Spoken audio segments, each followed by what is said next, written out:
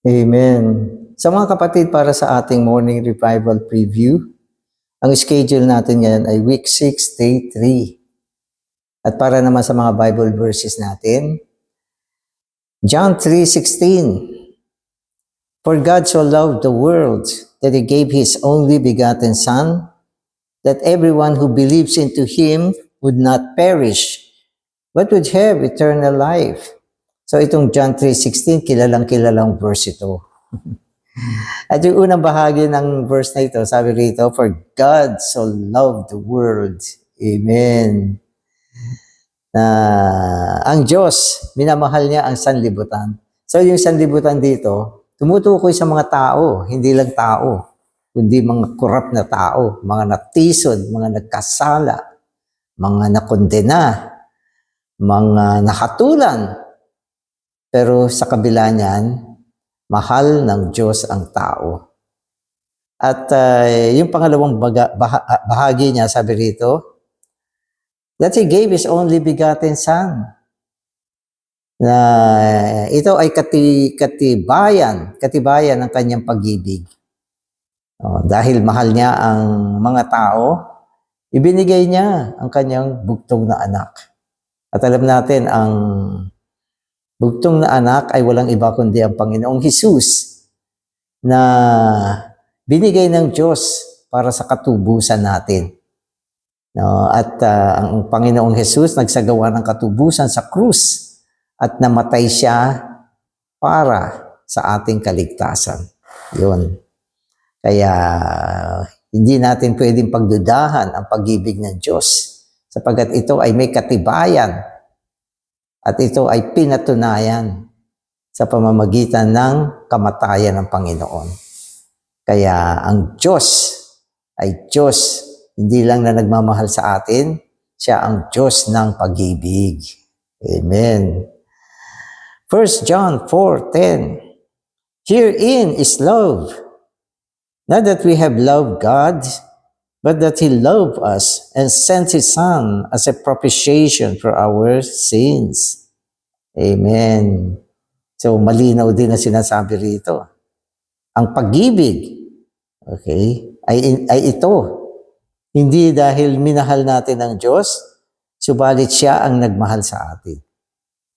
At ang pagmamahal niya sa atin, muli ay pinatunayan na kung saan ang kanyang anak ay naging pampalubag natin ng ating mga kasalanan. Ibig sabihin, siya ay namatay para sa atin. Kaya yung mga verses natin ay nagpapahiwatig ng pag-ibig ng Diyos sa atin. Amen. So magbasa na tayo.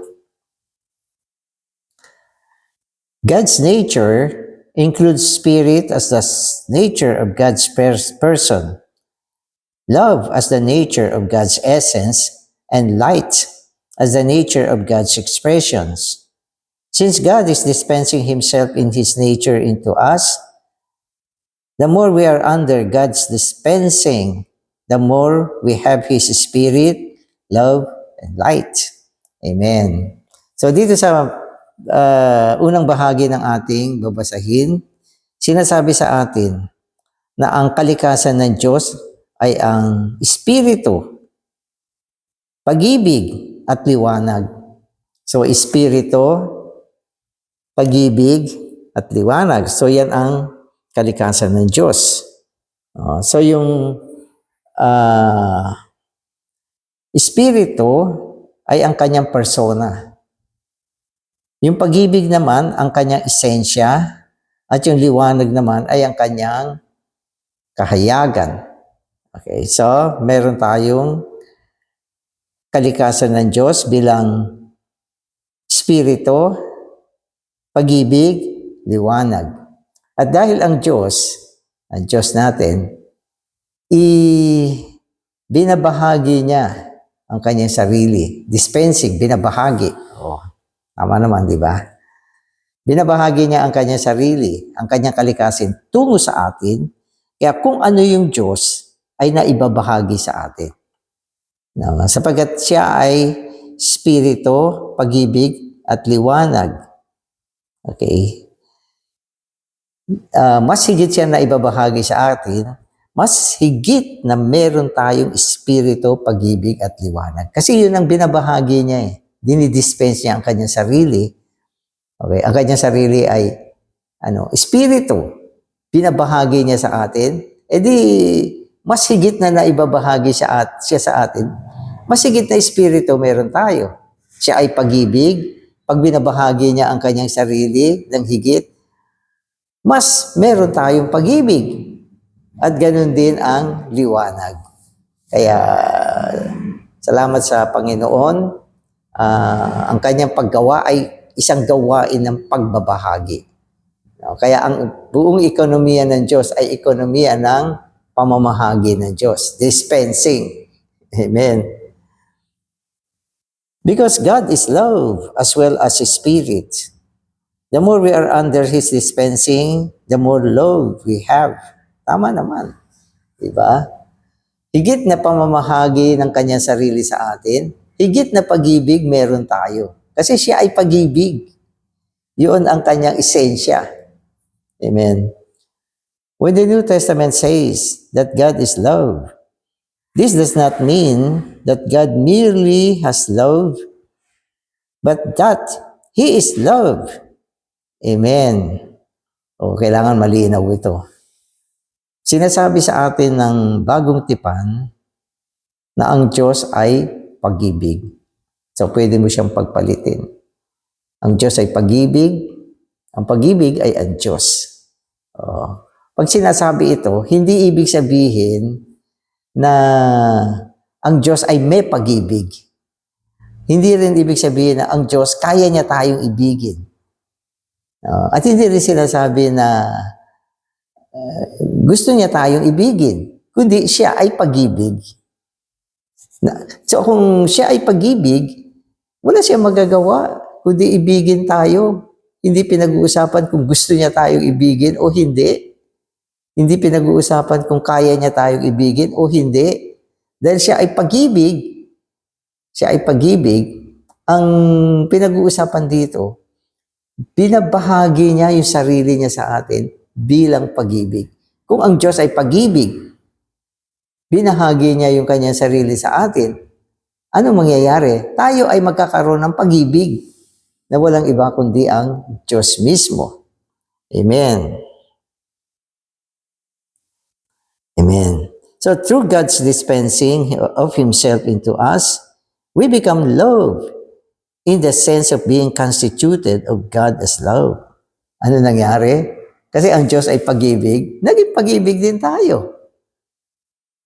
No? At ang pag-ibig na ito ay ang pag-ibig na walang iba kundi ang Diyos na naibuo sa atin sa pamamagitan ng pamamahagi. Amen. Only one kind of love is genuine, and that is the love that comes out of God's dispensing. When we are under God's dispensing, we react with genuine love, which is God Himself. Amen.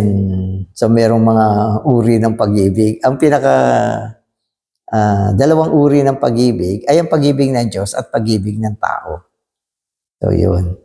Ang pag-ibig ng Diyos lang ang totoo. Ito ay isang totoong pag-ibig. Pag sinabi natin totoong pag-ibig, ano siya yung Diyos mismo. Sapagkat ang Diyos ay totoo, siya bilang pag-ibig ay naging totoong pag-ibig. Sabihin natin, by quality, hindi nagbabago. No? By quantity, great itong love na to. Napaka-great. At itong love na ito ay divine. Sa Diyos mismo. So, yan yung uri ng pag-ibig na binahagi sa atin. At kung tayo ay nakatanggap ng pamamahagi ng Diyos, ang ating pagtugon ay isang tunay na pag-ibig na Diyos mismo. So, mga kapatid, today's reading na ako. We are under God's dispensing our reactions will indicate to others that we have much spirit, love, and light. Amen. Even that we are constituted of spirit, love, and light. Amen. So yung tatlong bagay, ang pangunahing nature ng Diyos. Spirit, love, and light. So yan yung tatlong kalikasan ng Diyos. No, na matindi.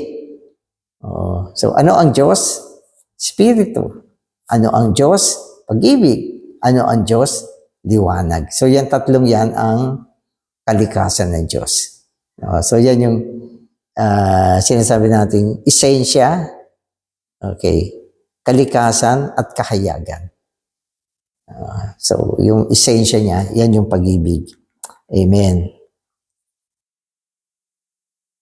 The divine love is the nature of God's essence. Thus, it is an essential attribute of God.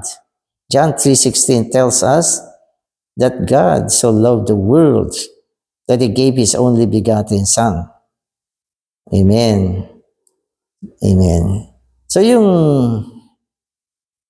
pag-ibig dito na kalikasan ng Diyos ay naging katangian niya ng Diyos.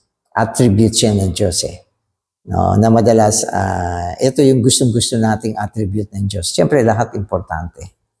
No, halimbawa, banal, attribute din yan. Ang Diyos ay banal. Walang ibang banal kundi ang Diyos. Halimbawa, ang Diyos ay liwanag. So, siya yung totoong liwanag. Pero ang pinaka-paborito natin, siya ay pag-ibig. Pag-ibig. Kasi tayo kumbaga sa tuwang-tuwa tayo na ang Diyos ay pag-ibig. Alam niyo kung bakit? Kasi mahirap tayong ibigin. Alam niyo ba, mahirap tayong ibigin. Ang tugma sa atin ay awa. Kasi natisod tayo dahil sa kalagayan natin. Natisod tayo, naging makasalanan tayo, at nalayo na tayo sa Diyos. At hindi lang yun, naging kaaway pa tayo ng Diyos. At tayo ay naging walang kabuluhang mga tao, nakondena na tayo, nakatulan. Kaya sa feeling natin, mahirap nang mahalin pa tayo ng Diyos. Di ba? Kaya minsan may mga tao na nag-iisip, mahal pa kaya ako ng Diyos? Maski Christian, nag-iisip minsan ng ganyan.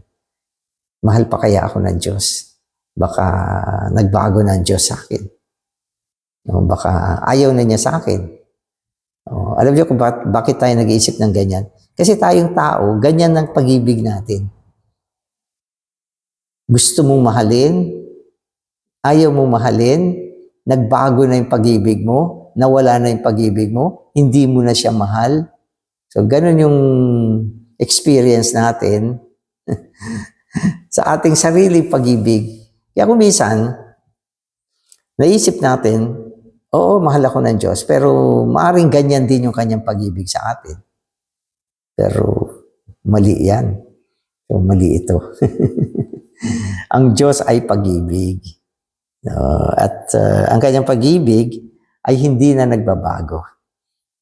At dahil dyan, pinatunayan niya yan. Pinatunayan niya nang binigay niya ang kanyang bugtong na anak para patunayan sa iyo. Kasi yung mga pag-ibig na walang katibayan, yun ang nakakatakot. Nakakatakot yan. Oo, minsan maski sa mga relasyon sa lupa, may magsasabi sa iyo, I love you. Pero sa panahon naman ng mga pangangailangan mo, wala ka natatanggap doon sa tao. At kung nilapitan mo, yung tinatatwa ka. So, kaya nakakaduda. Di ba? At minsan naman, yung mga relasyon ng babae at lalaki, I love you, I love you. Hindi naman pinapakasalan, walang katibayan. Kaya nakakaduda. Nakakaduda. Pero yung Diyos, sabi niya, mahal tayo ng Diyos. At pinatunayan niya. Binigay niya ang kanyang anak at siya ay namatay para sa atin. Sino ba mamamatay sino bang taong paayag mamatay para sa iyo? Di ba? Meron ba?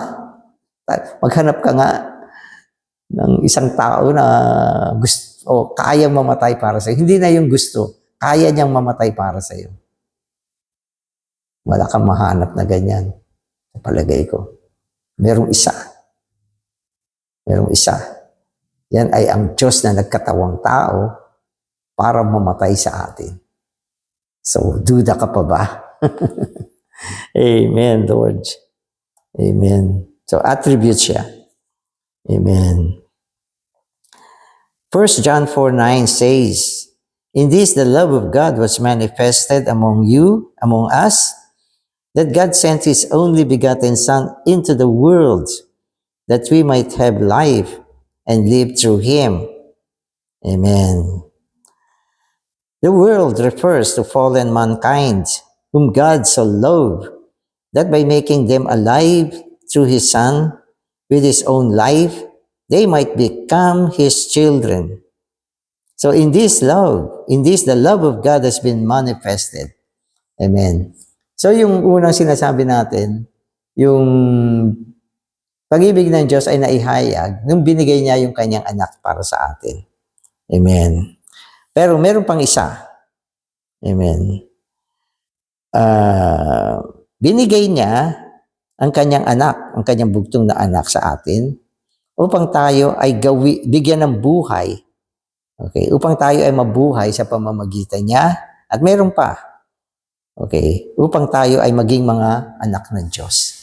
So, may purpose pa siya. At yung purpose niya ay napakataas. No? Sa isang banda, yung kamatayan ng kanyang anak ay isang patunay ng kanyang pag-ibig sa atin. Pangalawa, yung ating redemption. No? Yung redemption natin na pinatawad tayo ng Diyos sa ating mga kasalanan. Nilinis niya tayo. Tapos binigyan pa niya tayo ng buhay. Ang buhay na walang hanggan. No? At dahil sa buhay na walang hanggan, tayo ay naisilang. Naging mga anak ng Diyos. Naging mga proper na tao. Naging mga makalangit. Nagkaroon ng buhay na walang hanggan. Naligtas. At ngayon, tinatawag na mga anak ng Diyos. So mga kapatid, lahat ito ay katibayan ng kanyang pag-ibig sa atin. At siya mismo ay pag-ibig. Ang kanyang pag-ibig ay nagsagawa ng maraming mga pagpapala sa atin. Nagsagawa siya ng maraming mga pagpapala. Punong-puno ng pagsasagawa ang kanyang pag-ibig para sa atin. Kaya hindi natin ito kayang arukin. No? Ito ay isang bagay na wala tayong sapat na salita para siya ay i-define, ipaliwanag. Pero ito ay naiintindihan natin at isang pagpapatunay na una, ang Diyos ay pag-ibig. Pangalawa, ang Diyos na pag-ibig ay nagmamahal sa atin. No? At sa pamamagitan ng kanyang pamamahagi ng kanyang sarili sa atin, ginawa niya tayong katulad niya. Amen. Sa buhay at kalikasan. Amen. So the word herein refers to the following fact. Not that we love God, but that He loved us and sent His Son as a propitiation for our sins. In this fact is the higher and nobler love of God. The divine love, as God's essential attribute, is mainly expressed in sending His Son to redeem us and impart God's life into us that we may become His children. Amen. Itong Diyos kasi ganito. Siya mismo ay pag-ibig, ang kanyang kalikasan, ang kanyang esensya ay pag-ibig. Pero, sino nakakaalam na siya ay pag-ibig? So, kailangan magkaroon ng pagsasagawa. No? At ito ay naisagawa niya sa pamamagitan natin ng mga makasalanan. No? So, minahal niya tayo. Minahal niya tayo. Pero hindi secret. No? Minahal niya tayo At binigay niya yung kanyang bugtong na anak. No? Ang kanyang pag-ibig ay napaka noble, marangal na pag-ibig ito. No? Na kung saan binigay niya ang kanyang bugtong na anak at sa pamamagitan niyan, binigyan din niya tayo ng buhay na walang hanggan. No? At mula diyan, isinilang tayo na maging mga anak ng Diyos. Kaya sinasabi sa atin, mula dito, napatunayan ang pag-ibig ng Diyos. Nakita na. Nakayag na. No? At sa panig ng Diyos, nakita ang kanyang kaluwalhatian. No? Sapagkat sa kanyang pagsasagawa, yung Diyos na nakatago, na sinasabing pag-ibig, biglang ito nakita, naihayag. So gusto rin ng Diyos yan. Ayaw niya na ang kanyang mga katangian ay hindi na ihahayag. Kaya yung pagsasagawa niya ang naghayag kung anong uri ng Diyos tayo. Ito ay isang Diyos ng pag-ibig. So Ephesians 2:4 says, God being rich in mercy because of His great love with which He loved us. The object of love should be a lovable condition. But the object of mercy is always in a pitiful condition. Hence, God's mercy reaches further than His love. Amen. So, dito kinumbine yung dalawa. Yung God's mercy at God's love. Okay. So, sinasabi rito, ang Diyos ay mayaman sa kaawaan. Okay. Dahil naman sa kanyang dakilang pag-ibig. So, yung mga description na ginamit dito. Tungkol sa kaawaan, mayaman siya. Ibig sabihin, hindi na uubos, hindi na sasagad, hindi natatapos yung kanyang kaawaan. At ito ay malayo ang nararating. Tungkol naman sa pag-ibig, great siya. Great ang pag-ibig niya. No? At dahil sa great na pag-ibig na ito, yung kanyang kaawaan na malayo ang naaabot, inabot tayo. Inabot tayo. Sapagkat kung pag-ibig lang ang pag-uusapan natin, hindi tayo karapat-dapat. Dapat ang mga iniibig, yung mga mararangal, di ba? Yung mga taong malinis, yung mga taong maayos, mabuti, pero hindi eh. Tayo ay mga taong lugmok sa kasalanan. Pero minahal pa rin niya at dahil sa kanyang dakilang pagmamahal, yung kaawaan niya, inabot tayo. So yun yung istorya natin. At yun yung bahagi naman ng Diyos, sa panig ng Diyos, pag-uusapan yung kanyang ginawa para sa atin. Mula sa pag-ibig, no? At sa pamamagitan din ng kanyang kaawaan na umabot sa atin. Amen. Amen. Hence, God's mercy reaches further than His love. God loves us because we are the object of His election. But we became pitiful by our fall, even dead in our offenses and sins. Therefore, we need God's mercy because of His great love.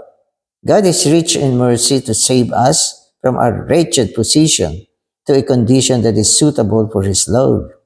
The nobler love of God, as His essential attribute, needs His attribute of mercy to reach us in the deep pit of our fallen life. Amen. So, yun ang nangyari sa atin. No? Ang Diyos, no? Sa pamamagitan ng kanyang awa sa atin, tayo ay kanyang sinagip. No? Hindi tayo karapat-dapat sa kanyang pag-ibig. No? Subalit yung kanyang kaawaan, gumawa sa atin. No? At siyempre, yung kaawaan ng Panginoon, palaging kasama ang kanyang grace. No? Naawa siya, kaya yung biyaya niya gumawa sa atin. Upang gawin tayo mga tao na tugma. No? Tugma. At pwede ko sabihin, karapat-dapat sa kanyang pag-ibig. No? So, ganun ang istorya niyan. Amen. Alam mo, kung mamahalin mo ang isang taong sige, sabihin na lang natin, punong-puno ng sakit. Lahat ng sakit nasa kanya. Ano itsura niya? Di ba? Ang hirap makadin. Kasi hindi mo na siya ma-appreciate sa kanyang itsura. Di ba? Mapapansin natin yung mga tao pag ito ay tinamaan ng sakit, nag-iibang itsura. Hindi na siya lovable. Hindi na siya lovable. Ang hirap ng makadin. The most awa na lang ang meron. Pero yung pag-ibig hindi na bagay. Kaya nga yung panahon ng kasalan yung mga groom palagi ang gaganda. Kasi yan atmosphere ng love yan Hindi panahon ng awa yung kasalan. Saka ba naman nakakita ng kasalan? Yung groom awang-awa kaya pinakasalan yung kanyang bride. Awa na to. Tsura, kawawa. Siguro meron din yan sa mga talagang great story of love. Meron naman kasing mga senaryo na kinakasal sa kabila ng yung groom o yung bride ay may sakit. Minsan nga dying stage na pinapakasalan pa Pero yun ay ano ba yan? Yan ay pag-ibig. Malakas na pag-ibig yan. Pero sa normal na sitwasyon, yung pag-ibig, binibigay siya sa mga maaayos. Maaayos. Kaya ang Diyos, kailangan gumawa siya ng pagtutubos, paglalalim, pagbabago, upang unti-unti gawin tayong tugma sa kanyang pag-ibig. So, yan yung istorya. At ang Diyos natin, kumpleto siya sa kakayahan. Kumpleto siya. Ang kanyang kagalingan ay kumpleto. No? At ang kanyang pamamaraan ng pagpapaganda sa atin, kumpleto rin.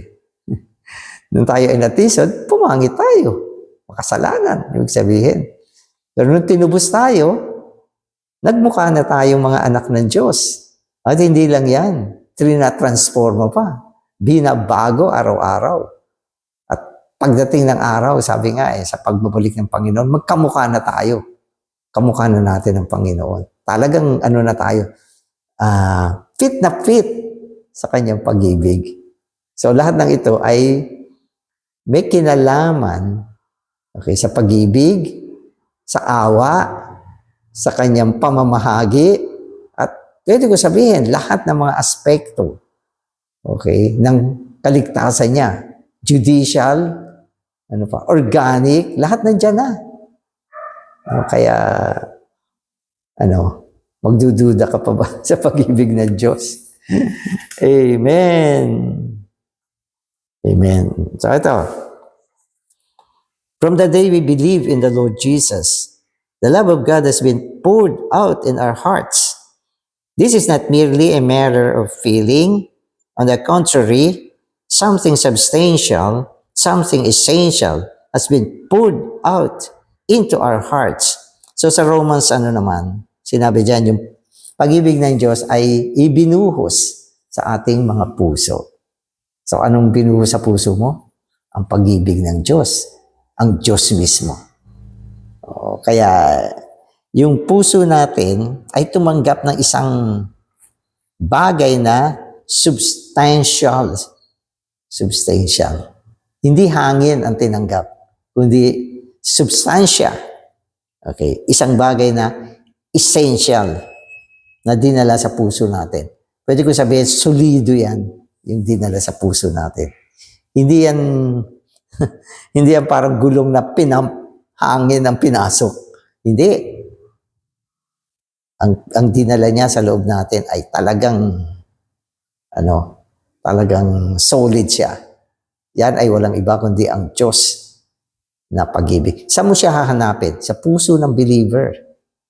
Kaya ang puso ng believer, hindi lang siya pusong maawain, kundi siya ay puso ng pag-ibig na dinala ng Diyos sa ating mga puso. Amen. Ito. As believers, deep in our hearts, we have something of the divine essence. And this is God the Father as love. God as love is the divine essence that has been poured out into our hearts. Therefore, the pouring out of the love of God into our hearts is a matter of the essence of God. Amen. Kaya ang puso natin, taglay niya ang Diyos mismo bilang pag-ibig. At yung pag-ibig, yun ang binigyan diin dito.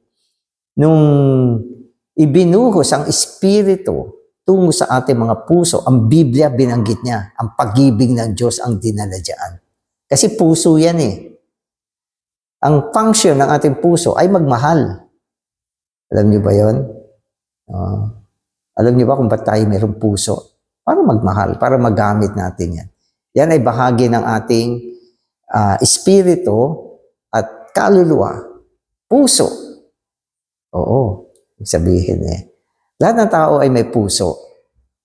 Pero hindi lahat mayroong Diyos na pag-ibig na nadala sa kanilang puso. Ang mga believer lang ang may ganyan. Kaya ang puso ng isang believer, ang tindi. Hindi. Maniwala kayo. Oo, maniwala kayo. Pag ang isang mananampalataya lang, ang kaya kang ibigin ng pag-ibig na walang iba kundi ang Diyos mismo. Kaya minsan, ito lang yung pag-ibig na pwede natin paniwalaan. Kapag minahal ka, okay, ng isang believer, okay, ng pag-ibig ng Diyos, totoong pag-ibig yan. Kaya nga yan ay ebidensya Alam niyo ba sa Biblia, isa sa mga ebidensya na tayo ay mga na-save. Paano mo malalaman na ang isang tao ay na-save? Kung mahal niya ang mga kapatid. Kung mahal niya ang mga kapatid. Yan ay isang patunay. At isang patotoo na ikaw ay isang believer.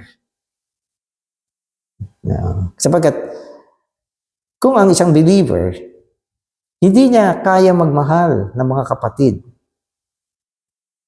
asan ang kanyang buhay? Asan ang esensya ng Diyos sa kanya? Asan yung pag-ibig na dinala ng Espiritu sa kanyang buhay? Asan yun? Wala ka So, ibig sabihin, hindi ka kapatid. Hindi ka believer. Hindi ka naisilang na muli. Hindi ka pa naligtas.